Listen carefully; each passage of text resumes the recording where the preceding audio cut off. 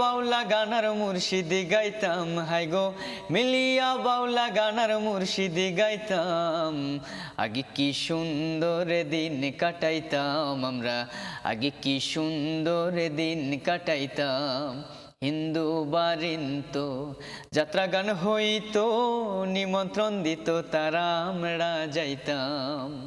কে হবে মেম্বার, কে বা গ্রাম সরকার, কে হবে মেম্বার, কে বা গ্রাম সরকার, আমরা কি তার খবর লইতাম, হাই গো আমরা কি তার খবর লইতাম। আগে কি সুন্দর দিন কাটাইতাম আমরা, আগে কি সুন্দর দিন কাটাইতাম। সত্যি কি তাই? আগে কি সুন্দর, মানে তাই মনে হচ্ছে, আগেই মনে ভালো ছিল। তো আগে আসলে কোন স্মৃতিগুলো বেশি মনে পড়ে, বা এই যে লেখার ক্ষেত্রে কথা বলছিলাম, তো আগের কোন স্মৃতিগুলোকে মিস করেন, বা আপনার লেখার মধ্যে কি সেগুলো উঠে এসেছে? যেমন আমার নেক্সট অ্যালবামে একটি গান থাকবে যে আমি ছোটবেলায় যেমন ডাঙ্গুলি খেলা, হাডুডু খেলা, তারপরে গ্রামে যে কাজগুলো মাছ ধরেছিলাম, এই গানগুলো মানে গ্রাম্য স্মৃতিটাকে আমি একটা গানে প্রকাশ করেছি। তো গানটা কি মানে কমপ্লিট হয়েছে? কমপ্লিট হয়নি এখনো, টিউন করা হয়নি, নেক্সট অ্যালবামে আসবে। তো এই যে গান লেখা, এটা আসলে শুরুটা কখন হয়েছিল? শুরুটা আমি যবে থেকে গান করি তবে থেকেই দেখা যায় যে নিজে নিজে গান দু চার লাইন বানায় বানায় বলার অভ্যস্ত ছিলাম। আর একটা আমার এই অ্যালবামে একটি গান আছে শাহ আব্দুল করিমের, ও গানটির টিউন আমার।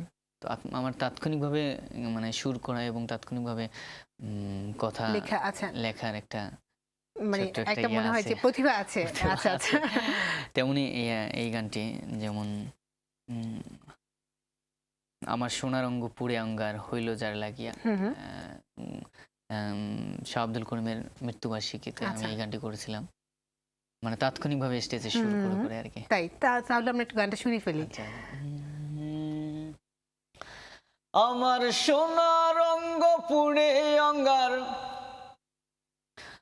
আমার সোনার অঙ্গ পুড়ে অঙ্গার হইল যার লাগিয়া গো, হইল যার লাগিয়া। কই রইলা, কই রইলা নিঠুর কালিয়া, হায় আমার কই রইলা নিঠুর কালিয়া। কুমারে যে বাসন পরে সই গো, পইনে সাজাইয়া, পইনে সাজাইয়া, ভিতরে তার আগুন দিয়া সই গো।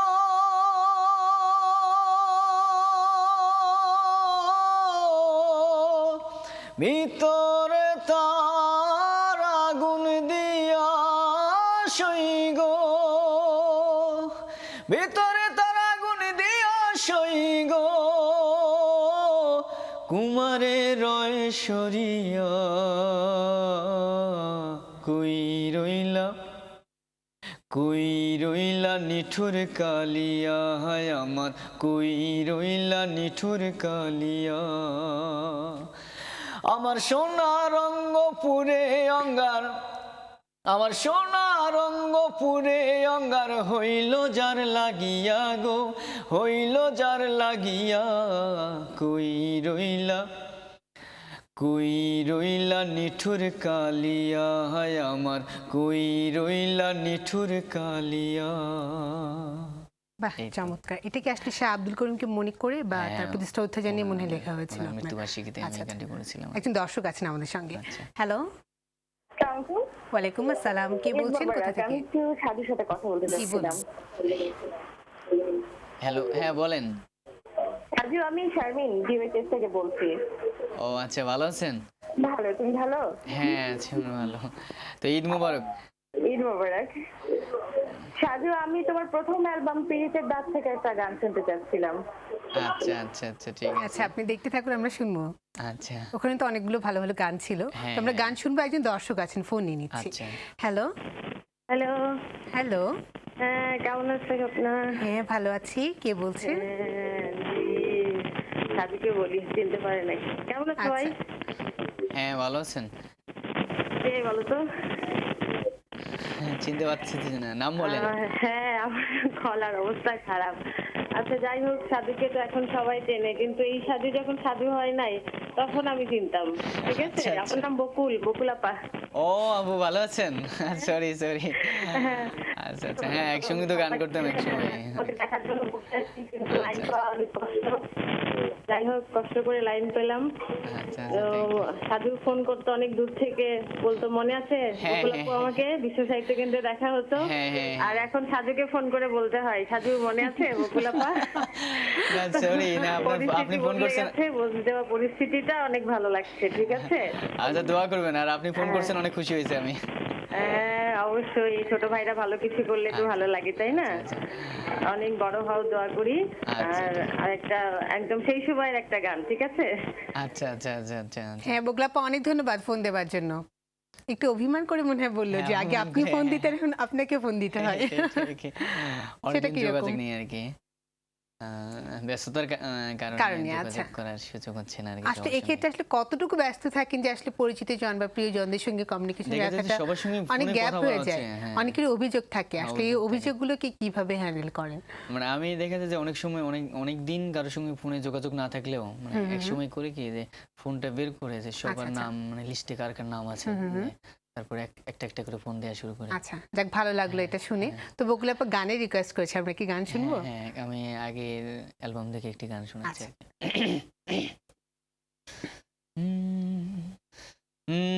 পিরিতির দাগ